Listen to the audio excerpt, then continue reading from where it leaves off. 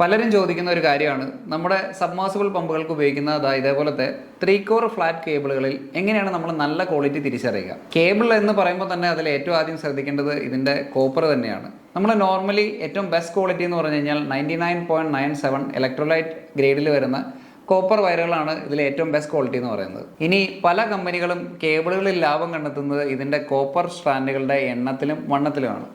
ഉദാഹരണത്തിന് ഇന്ന് എൻ്റെ കയ്യിലുള്ളത് ഗ്ലോസ്റ്റർ ബ്രാൻഡിൽ വരുന്ന ഒരു സബ്മേഴ്സിബിൾ കേബിളാണ്.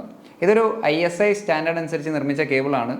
ഇവരുടെ ചാർട്ട് ചെക്ക് ചെയ്ത് കഴിഞ്ഞാൽ നമുക്ക് കൃത്യമായിട്ട് ഒരു ISI സ്റ്റാൻഡേർഡ് അനുസരിച്ച് നിർമ്മിക്കുന്ന പ്രൊഡക്റ്റുകൾക്ക് വേണ്ട സ്റ്റാൻഡുകളുടെ എണ്ണവും വണ്ണവും അതിൽ മാർക്ക് ചെയ്തിട്ടുണ്ടാവും. ഉദാഹരണത്തിന് നമുക്കിന്ന് മാർക്കറ്റിൽ തന്നെ ഏറ്റവും കൂടുതൽ ഡിമാൻഡ് ഉള്ളത് ഇതിൻ്റെ 2.5 സ്ക്വയർ mm കേബിളിനാണ്. അതിൽ 0.25 ഡയമീറ്ററിൽ വരുന്ന 50 സ്റ്റാൻഡുകൾ ഉണ്ടാവണമെന്നാണ്.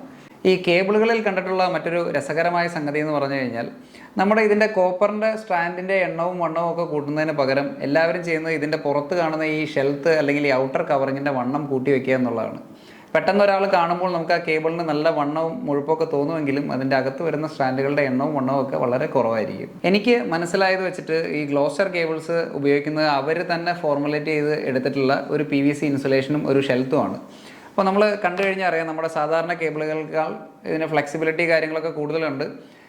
വർഷങ്ങൾ കഴിഞ്ഞാൽ ഇതിൻ്റെ ഉള്ളിലേക്ക് വെള്ളം ഈർപ്പമടിച്ച് ഇറങ്ങാത്ത രീതിയിലുള്ള ഒരു ഷെൽത്താണ് ഞാൻ കുറേ നാൾ ഉപയോഗിച്ചൊരു എക്സ്പീരിയൻസിൽ നിന്ന് എനിക്ക് മനസ്സിലായത്. നിങ്ങൾ ഏത് കേബിൾ ഗേജ് ഉപയോഗിക്കണം എന്നുള്ളത് നിങ്ങൾ ഉപയോഗിക്കുന്ന മോട്ടർ എടുക്കുന്ന കറണ്ടും നിങ്ങളുടെ സൈഡിലെ വോൾട്ടേജ് കണ്ടീഷനും നിങ്ങൾ ആ മോട്ടർ ഇൻസ്റ്റാൾ ചെയ്യുന്ന കേബിളിൻ്റെ ലെങ്ത്തും അനുസരിച്ചാണ് നമ്മൾ ഡിസൈഡ് ചെയ്യുക.